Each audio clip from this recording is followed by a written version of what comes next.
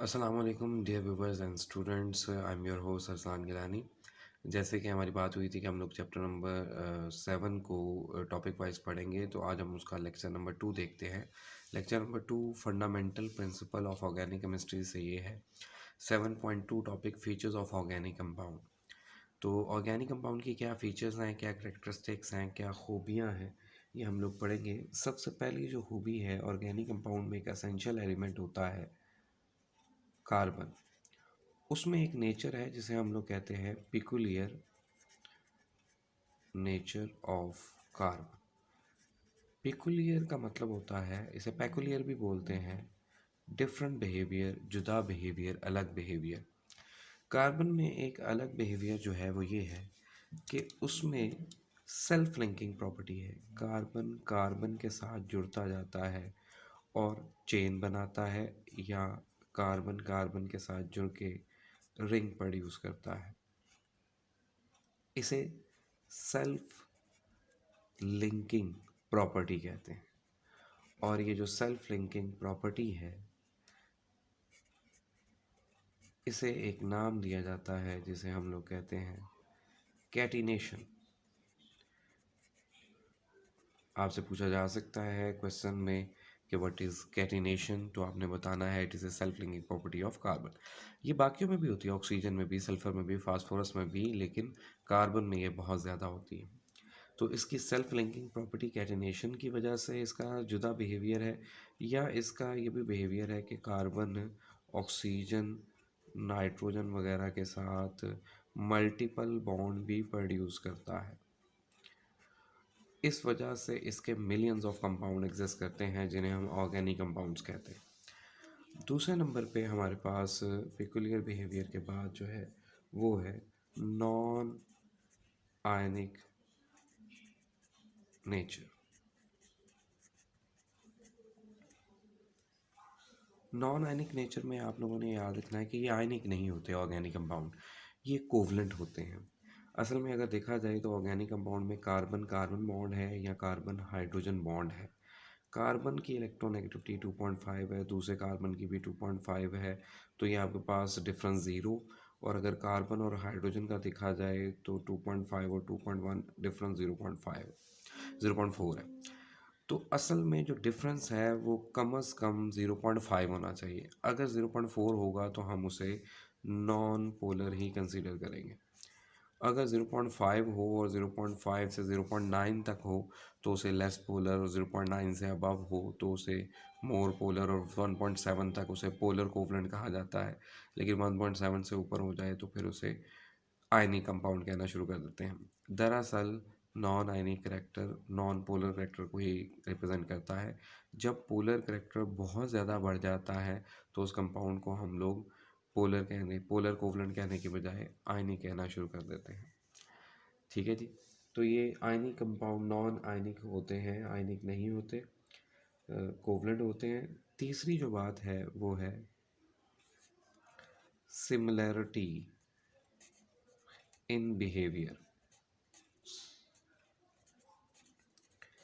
इनके बिहेवियर में सिमिलैरिटी होती है। हमारे पास जब ऑर्गेनिक कंपाउंड मिलियंस में है तो उनको अलग अलग स्टडी करना मुमकिन नहीं है, ये बहुत मुश्किल है कि हम सबको स्टडी करें। तो उसका एक आसान हल ये है कि हम लोग उसकी होमोलोगस सीरीज़ को पढ़ लेते हैं। अब होमोलोगस सीरीज़ क्या होती हैं? होमोलोगस सीरीज़ जैसे आप लोगों ने अल्केन के बारे में पढ़ा हुआ है। अल्केन में एक इथेन है, CH3 एक उससे बड़ा प्रोपेन है, फिर ब्यूटेन, पेंटेन, हेक्सेन, हेप्टेन, अगर चलते जाएं तो आप देखेंगे इथेन में भी ये मिथाइल, ये मिथाइल, ये मिथाइल, ये मिथाइल, जो इजाफा हुआ है वो CH2 का हुआ है। अब जो CH2 है हम इसे बोलते हैं मिथाइलिन ग्रुप। तो असल में जो एक फैमिली होगी वो एक होमोलोगस सीरीज़ होगी, और उसमें हर मेंबर का अगले मेंबर से जो डिफरेंस होगा वो CH2 का होगा। अब आपको पूरे ये कंपाउंड जो हंड्रेड्स में हैं वो पढ़ने की बजाय सिर्फ एक कंपाउंड इथेन या मीथेन स्टडी कर लें, बाकी सारे उस जैसे ही बिहेवियर शो करते हैं। इसे बोलते हैं सिमिलैरिटी इन बिहेवियर, जिसकी वजह से मिलियंस ऑफ कंपाउंड के को पढ़ने की बजाय हमें चंद होमोलोगस सीरीज़ पढ़नी पड़ती हैं, जिनमें अल्केन है, अल्कीन है, अल्काइन है। ये होमोलोगस सीरीज़ हैं। Alcohol, alkyl halide, aldehyde, ketone, carboxylic acid, ये चंद फैमिलीज़ हैं जिसको हम पढ़ लें तो पूरे ऑर्गेनिक कंपाउंड उनके अंदर ही आ जाते हैं। नेक्स्ट हमारे पास जो है वो है नंबर 4 प्रॉपर्टी, वो है कम्प्लेक्सिटी। ऑर्गेनिक कंपाउंड कम्प्लेक्स होते हैं, स्पेशली बायो पॉलीमर। मिसाल के तौर पे आपके पास स्टार्च है। अब जो स्टार्च है, अगर आप देखना चाहें तो आप अपनी टेक्स्ट बुक का पेज नंबर 275 देखें। उस पे इसका मॉलिक्यूलर स्ट्रक्चर बना हुआ है C6H10O5 होल पावर n है। इसमें n की जो वैल्यू है वो 1000 में हो सकती है। तो ये ग्लूकोज के मॉलिक्यूल हैं जो थाउजेंड्स में आपस में जुड़े हुए हैं। अगर आप इसका स्ट्रक्चर देखें तो इसका स्ट्रक्चर जो है वो तकरीबन एक पेज पे उसका बहुत छोटा सा पोर्शन आता है। 275 पेज पे देख सकते हैं।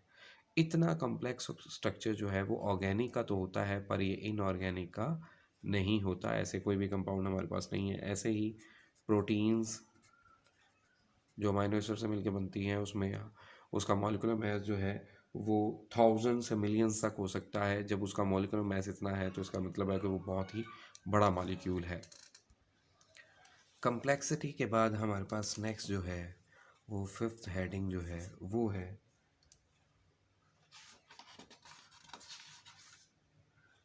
आइसोमरिज्म।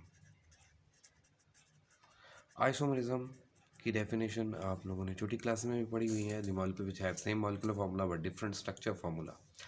आइसोमरिज्म में के लिए ज़रूरी चीज़ जो होती है वो ये होती है कि उसमें उस कंपाउंड में डायरेक्शनल बॉन्ड होना चाहिए। डायरेक्शनल बॉन्ड, एक ख़ास डायरेक्शन में बॉन्ड होना चाहिए। और डायरेक्शनल बॉन्ड कौन सा होता है? कोवलेंट होता है, आयनिक नहीं होता। ये फर्स्ट ईयर में मौजूद है।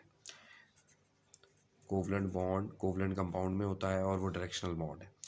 जब वो डायरेक्शनल बॉन्ड होगा तो आइसोमरिज्म अराइज होगा। कैसे? जैसे देखें, ये एक कार्बन, दूसरी कार्बन और फिर ऑक्सीजन। हमारे पास 2 कार्बन है और एक ऑक्सीजन है। तो मैंने ये 2 कार्बन और एक ऑक्सीजन ऐसे तरतीब में रखी, पहले कार्बन फिर ऑक्सीजन। फिर इसके साथ हाइड्रोजन लगाई, इसके साथ 3 आएंगी, इसके साथ 2 आएंगी, इसके साथ 1 आएगी। तो ये आप लोगों के पास बन गया इथाइल अल्कोहल। अब ये जो इथाइल अल्कोहल है, इसमें हम बस इतना करें कि तरतीब को चेंज कर दें, कार्बन पहले रखें, फिर ऑक्सीजन, फिर कार्बन। तो देखें, अब कार्बन के बॉन्ड 4 होते हैं, इसके साथ 3 हाइड्रोजन आएंगी, इसके साथ भी 3 आएंगी। ठीक हो गया। अब इन दोनों को देखें तो इन दोनों का मॉलिक्यूलर फार्मूला जो है वो सेम निकल रहा है, C2H6O। पर इनके स्ट्रक्चर में फ़र्क है। ये इथाइल अल्कोहल है और ये डाईमिथाइल ईथर है। फ़र्क है, कंपाउंड में फ़र्क है, उनकी प्रॉपर्टीज़ में फ़र्क है। ये एक दूसरे का आइसोमर है। और आइसोमरिज्म अराइज होने के लिए उनके दरमियान में ये जो बॉन्ड है, ये कोवलेंट बॉन्ड, इनका होना ज़रूरी है। आयनिक कंपाउंड में चूँकि डायरेक्शनल बॉन्ड नहीं होता, इसलिए उसमें आइसोमरिज्म भी नहीं होता। आपने कभी नहीं सुना होगा कि NaCl का कोई आइसोमर है। ये कोवलेंट की ही प्रॉपर्टी है। फिर हमारे पास आइसोमरिज्म के बाद नेक्स्ट देखेंगे 6 जो है वो है हमारे पास rates of reaction. Rates of reactions आप फर्स्ट ईयर में काफ़ी कुछ पढ़ते हैं रेट के बारे में।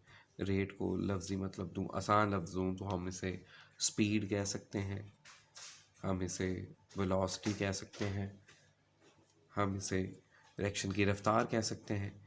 रिएक्शन की रफ़्तार की बात करूँ तो होता ये है कि जो आयनिक कंपाउंड होते हैं, लाइक अगर हम NaCl लें, उसे जूँ ही आप वाटर में डिज़ोल्व करेंगे उसके पुराने बॉन्ड टूट जाएंगे और वो आयन में तब्दील हो जाएगा। ऐसे ही अगर हम लोग सिल्वर नाइट्रेट लें, उसे पानी में डिज़ोल्व करें तो उसके पुराने बॉन्ड, हालांकि वो बड़े मजबूत बॉन्ड होते हैं आयनिक बॉन्ड, लेकिन वो फ़ौरन टूट जाते हैं वाटर में जाते हैं। अब आप इन दोनों सोल्यूशन को जूँ ही मिक्स करते हैं, सिल्वर और क्लोराइड आपस में मिल जाता है, सोडियम और नाइट्रेट आपस में मिल जाता है, तो आपके पास सिल्वर क्लोराइड जो ही बनता है, इसके वाइट कलर के प्रेसिपिटेट होते हैं। रिएक्शन नैनो सेकंड में हो जाता है, बहुत जल्द। जबकि ऑर्गेनिक कंपाउंड का रिएक्शन इतनी जल्दी नहीं होता। क्यों नहीं होता? क्योंकि उसका मैकेनिज्म आयनिक नहीं होता, कोवलेंट होता है। अब ये आयनिक और कोवलेंट से मुराद क्या है? असल में मॉलिक्यूलर मैकेनिज्म उसे कहते हैं, या उसके मैकेनिज्म में मॉलिक्यूल इन्वॉल्व होते हैं। जैसे मिसाल के तौर पे ये मीथेन है, सिंपलेस्ट ऑर्गेनिक कंपाउंड मीथेन। जब हम इसे किसी क्लोरीन के साथ रिएक्ट करवाते हैं तो होता ये है कि ड्यूरिंग रिएक्शन पहले से कोई बॉन्ड टूटा नहीं होता। पहले ये वाला बॉन्ड ऐसे टूटता है, कार्बन हाइड्रोजन बॉन्ड, फिर कार्बन क्लोरीन बॉन्ड टूटता है, फिर हाइड्रोजन और क्लोरीन में नया बॉन्ड बनता है, HCl बनता है। प्लस फिर क्या होता है, कार्बन के साथ जो 3 हाइड्रोजन रह गई हैं वो तो रह गई हैं, इसके साथ चौथा बॉन्ड जो है वो एक क्लोरीन का बनता है। तो इससे एक नया ऑर्गेनिक कंपाउंड प्रोड्यूस होता है। इसे होने में बॉन्ड ब्रेकेज और बॉन्ड फॉर्मेशन इन्वॉल्व होती है, जो कि स्लो होती है। इसलिए ऑर्गेनिक कंपाउंड के जो रिएक्शंस हैं वो स्लो भी होते हैं और उसमें यील्ड भी पुअर आती है। इनऑर्गेनिक जैसी यील्ड नहीं आती, उसमें बहुत ज़्यादा मैक्सिमम यील्ड जो है वो आती है। नेक्स्ट हमारे पास लास्ट जो है वो 7 सॉल्युबिलिटी है। आपने एक प्रिंसिपल पढ़ा होगा, फर्स्ट ईयर में भी है ये प्रिंसिपल। वो बहुत ही इंपॉर्टेंट प्रिंसिपल है, छोटी क्लासेस में भी आप पढ़ते हैं, 9th 10th में। लाइक डिज़ोल्व लाइक, एक जैसी चीज़ें उसी जैसे सॉल्वेंट में हल होती हैं। अब देखिए, चूँकि मैं पहले बात कर चुका हूँ, अगर आप लोग यहाँ मेरे हाथ पे देखें, नॉन आयनिक नेचर या non polar nature. Organic compound ना सिर्फ नॉन आयनिक है, यानी आयनिक नहीं है, बल्कि ये नॉन पोलर की कैटेगरी में आते हैं, क्योंकि इलेक्ट्रोनेगेटिविटी का डिफरेंस 0.4 है, विच इज़ लेस दैन 0.5। 0.5 कम अज़ कम हो तो हम उसे पोलर कहते हैं, और वो भी लेस पोलर की कैटेगरी में आता है।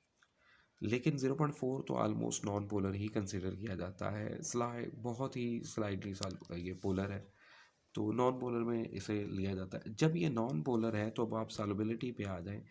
सॉल्युबिलिटी का प्रिंसिपल है लाइक डिजॉल्व लाइक, एक जैसी चीज़ें उसी जैसे सॉल्वेंट में हल होती हैं। जब ऑर्गेनिक कंपाउंड नॉन पोलर है तो ये नॉन पोलर सॉल्वेंट जैसे कि benzene, organic solvent carbon tetrachloride वगैरह में ही हल होगा, ईथर में ही हल होगा, ये ऑर्गेनिक सॉल्वेंट में हल होगा, पर वाटर जैसे इनऑर्गेनिक या पोलर सॉल्वेंट में हल नहीं होगा। ये था हमारे पास लेक्चर नंबर 2 चैप्टर नंबर 7 से। इंशाल्लाह नेक्स्ट वीडियो में मिलेंगे लेक्चर नंबर 3 के साथ। तब तक के लिए अल्लाह हाफिज़, अपना ख्याल रखिएगा। और अगर आप लोगों ने अभी तक मेरा यूट्यूब चैनल सब्सक्राइब नहीं किया तो इसे सब्सक्राइब करिएगा, और अगर वीडियो पसंद आए तो उसे लाइक और शेयर भी कीजिएगा। Thank you very much.